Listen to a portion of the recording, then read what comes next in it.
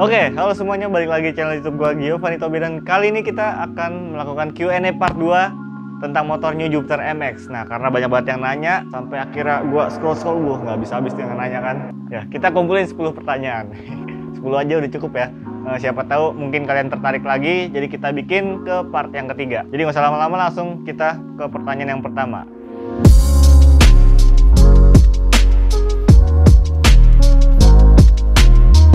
Oke, langsung aja kita ke pertanyaan yang pertama dari Sayoko 0000. Itu gimana ya? 057. Bang, cara merawat Jupiter MX New gimana bang biar motornya awet? Biar motor awet itu nggak usah dipakai bro. Jadi kalian diemin aja di rumah, panas-panasin itu juga awet. Oke, yang paling biasa penting tuh ganti oli rutin setiap 1500 sampai 2000 km. Karena ini motor pakai pendingin radiator, kalian harus cek juga air radiatornya minimal 3 bulan 4 bulan tuh udah dikuras, diganti yang baru. Ya kalau pengen hemat ya udah diemin aja. Yang penting air radiatornya pakai radiator coolant, bukan air aqua. Takutnya korosi aja sih. Terus udah deh cek-cek kayak rantai rem, ban, tekanan angin, standar banget sih itu. Jadi nggak perlu yang rumit-rumit. Ngerawat motor kayak gini mah gampang ya, kecuali motor kalian tuh kayak VMAX yang bener-bener harganya mahal gitu kan, perawatannya intens banget dan khusus. Itu beda lagi. Kalau yang kayak gini ya standar aja kayak motor biasanya. Oke, dari pertanyaan yang kedua, ini Muhammad Mahdum Ibrahim. Bang, saya pengen direview lagi New Jupiter MX-nya. Saya minat, ini bukan pertanyaan nih. Saya minat sekali pengen beli, sama review kecepatan, terus yang dimaksud kapasitasnya hampir sama dengan Fiction itu dari mananya? Saya ingin tahu. Oke, ini dari mana nih? Jadi ini motor New Jupiter MX itu kisaran keluar dari tahun 2011 sampai 2015. Disebutnya New Jupiter MX dan cc-nya itu 135, ada yang non coupling dan kopling kayak gini. Terus dia 5 percepatan untuk yang kopling, dan non coupling itu 4 percepatan. Untuk kapasitas yang sama dengan Fiction itu, dia sebenarnya pakai mesin yang sama persis mirip dengan Fiction, cuman cc-nya ini 135. Kalau Fiction itu 150. Makanya kalian punya New Jupiter MX yang kopling ini bisa langsung adopsi ke mesinnya Fiction yang 150 cc. Makanya bisa dibilang kapasitasnya mirip dan karakter mesinnya juga hampir sama. Terus kecepatannya sendiri, kalau originalnya, kalau yang non kopling itu bisa sampai 120 km per jam, 125 gitu. Kalau yang kopling mungkin bisa 140-an, 135, 140. Kalau yang udah dimodif sampai ke Fiction, nah itu bisa sampai ke langit. Gue nggak tahu itu kecepatannya berapa. Gue pernah lihat di YouTube sendiri itu sampai 180 masih nyampe. Itu gila sih, gue nggak berani. Nah, untuk kecepatannya mungkin kayak gitu. Terus apalagi nih? Mungkin bisa langsung nanyain lagi di kolom komentar kalau masih ada yang belum jelas. Intinya ini motor bebek sport, genrenya, terus mesinnya tegak 44 derajat, 135 cc. Dan karakter mesinnya mirip sama Fiction. Mungkin udah cukup penjelasannya. Oke, lanjut ke pertanyaan selanjutnya dari MAF1 Suryadi N. Ini kalau di KTP gimana tuh? MASN. Ya. Nih, oke, lampu LED-nya merek apa bang? Nah, kalau yang LED depan ini pakai RTD 6 cc, pakai kipas ya mereknya RTD. Terus kalau yang belakang ini apa ya, lupa mereknya. Murah, ini 25 ribuan apa 50 ribu. Cuman standar yang kayak sisinya banyak-banyak itu warna merah, kalau nyala kedip-kedip cepet. Tapi karena udah mau rusak kayaknya udah nggak bisa kedip lagi nih. Intinya LED. Oke, lanjut ke pertanyaan berikutnya dari pemain siluman.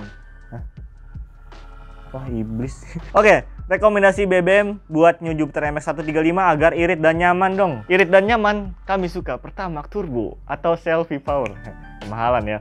Sebenarnya dia pakai premium Pertalite juga masih masuk, cuman karena ini kompresinya termasuk tinggi daripada motor-motor lainnya, ini sekitar 10 apa 11 banding 1.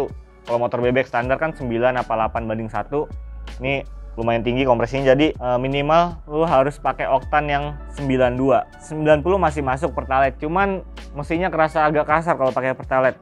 Itu yang gue coba ya. Kalau pakai premium mesinnya kerasa halus, tarikannya nggak ada, terus tiba-tiba kotor ya karburator. Biasanya gue pakai Pertalite dari dulu rutin, Pertalite lagi. Pertamax sudah paling nyaman, harganya juga masih ergonomis, 9.000 per liternya. Jadi langsung aja ke Pertamina sekarang beli Pertamax, dibayar kagak. Oke. Lanjut ke pertanyaan berikutnya dari Didik Darmadi. Oh, mau tanya, nama gue tuan siapa ya?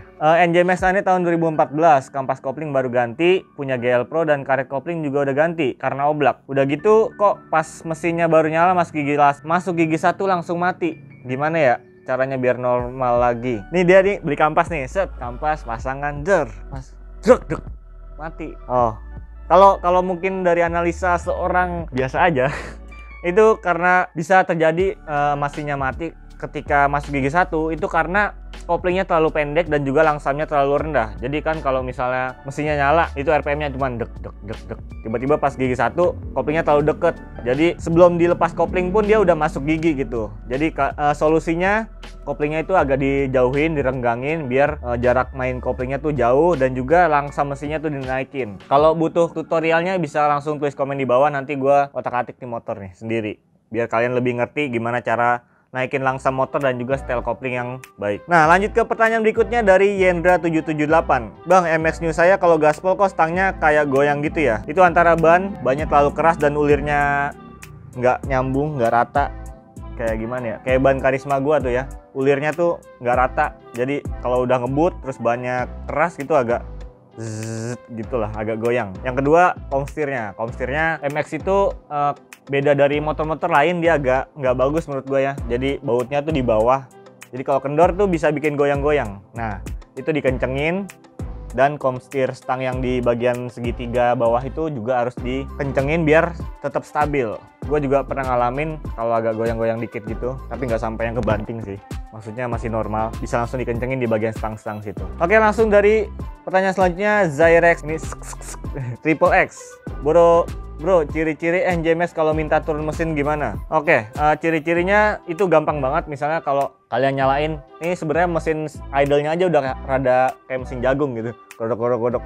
Nah, kalau turun mesin itu lebih parah lagi. Jadi ada suara klentengan yang nggak stabil. Jadi misalnya mesin nyalain, nah itu udah mulai turun mesin, minta turun mesin. Terus kalau di gas full RPM tinggi terus udah ngebul, nah itu minta turun mesin. Apalagi yang paling parah ketika lagi jalan itu suara stang sernya itu udah mulai kayak ngegetlak gitu. Kan MX ini kalau idle kasar, cuman kalau udah jalan nih halus nih. Nah, kalau minta turun mesin biasanya pas idle-nya kasar, terus pas kita jalanin motornya lebih kasar lagi. Nah, itu bisa jadi mesinnya udah harus diturunin stang sernya dan sernya paling bisa harus ganti sih.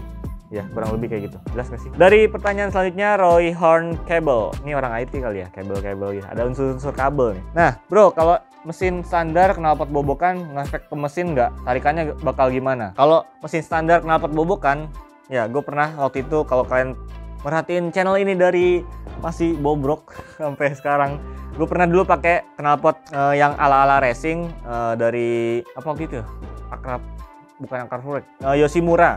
Nah, itu waktu gue pakai, ini kan mesin masih standar waktu itu ya, dan pakai knalpot racing. Untuk tarikannya itu wah, ngepol-ngepolan. Jadi misalnya pas mesin standar, knalpot standar gigi 1 cuma sampai 40. Pas pakai knalpot racing bisa sampai 100. Enggak ya. Bisa sampai 60 gitu. Maksudnya napasnya jauh lebih panjang. Tapi ngefek banget ke mesin. Makanya waktu itu gue turun mesin gara-gara pakai knalpot racing, terus mesinnya standar, habis itu sering gaspol. Nah, nggak berapa lama, 2 bulan 3 bulan mesin gue rusak gitu lah. Mungkin itu efek yang benar-benar jadi kenyataan. Pertanyaan berikutnya dari Kamplong Gaming. Rekomendasi oli yang enak untuk NJMX. Ini bingung nih, pegangan bro kalau bingung. Nah, rekomendasi oli yang enak itu sesuai selera. Jadi misalnya gue suka oli yang bisa untuk nahan panas, motornya enak diajak ngebut, terus walaupun udah panas mesinnya tetap halus gitu kan. Beda-beda setiap orang kebutuhannya. Kalau gue sendiri pakai Enduro Racing, kalau enggak Castrol Power One itu udah cukup banget. Kan ada yang bilang pakai Motul baru cukup. Nah, kalau gue karena dompet pelajar, beli Motul lah lumayan mahal ya. Itu beli Motul bisa gue ganti oli Enduro berapa kali tuh untuk sebuah Motul 1 liter doang. Jadi kalau gue rekomendasiin sih yang harga terjangkau dan cocok itu Enduro Racing. Yang agak mahalan dikit ya Castrol Power One 1 liter gitu. Tinggal terakhir nih. Wah, nggak kerasa ya setelah sekian part session ada lagi pertanyaan yang terakhir nih. Bang, kalau mau pasang LED 6 cc ada yang harus dirubah nggak nih kelistrikannya? Kelistrikan gue nggak ngerti soal kelistrikan motor yang terlalu dalam. Tapi intinya kalau waktu gue rubah 6 cc ini pakai kipas, sebelum dirubah kelistrikannya, gue kan waktu itu kayak udahlah biarin aja gini aja, tinggal pasang gak usah dirubah-rubah. Tiba-tiba nggak sampai 2 jam motor gue soak, akhirnya nggak bener-bener nggak nyala lampunya, semua instrumennya mati gara-gara gue nggak ngerubah kelistrikannya. Makanya gue saranin banget buat kalian yang pengen rubah lampunya, pasang alarm, pasang keyless, apalah terserah itu, minimal harus dijadiin arus ke DC. Jadi direct langsung ke aki, nggak bikin soak lah pokoknya. Lebih optimal banget buat kelistrikan motor. Apalagi misalnya lampu depan belakang LED, terus depan pakai kipas, terus kayak gua gini kan speedometer udah digital, itu pasti kalau akinya standar dan kelistrikannya juga standar langsung sowak, udah sampai 2 jam juga udah mati ini motor. Makanya disarankan untuk merubah arus gitu, mungkin yang bisa gua kasih saran ke kalian. Oke, cepet banget ya, 10 pertanyaan doang ya. Kalau kalian kurang puas bisa langsung tulis komen di bawah pertanyaan-pertanyaan apa lagi yang pengen dijawab, nanti gua jawab di komen juga, jawab di Q&A juga. Jadi kalian bisa langsung like video ini jika kalian suka, dan juga subscribe ke channel gua. Buat yang belum subscribe, nyalakan juga loncengnya jika kalian belum. Kayaknya mau closing nggak enak ya, ini baru berapa menit gitu. Oke, kita ketemu lagi di video-video berikutnya. Jangan lupa tonton video gue yang lainnya. Thank you for watching, peace out me.